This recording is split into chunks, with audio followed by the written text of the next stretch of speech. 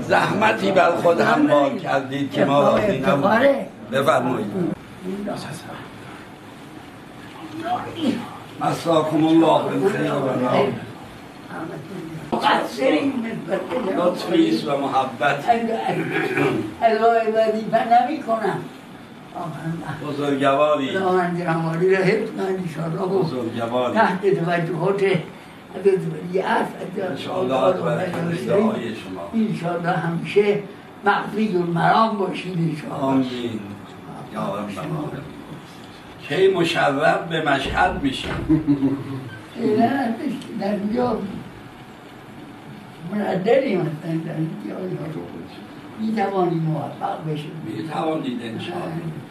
این برنامه که اینجا هست اونجا اگر بخواهی دوا و درمانی باشه و اونجا هم هست، اینجا هم هست. استراحتی باشه، نقاهتی باشه، اونجا هم هست.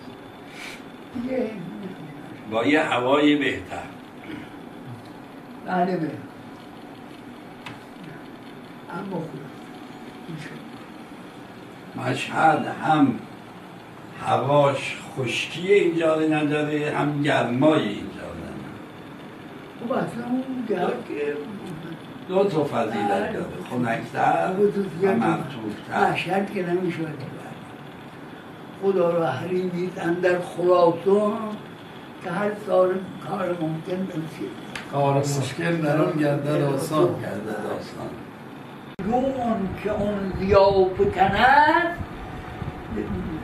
ضیافت کند فروس صوفی سلطان دین ابوالحسن است.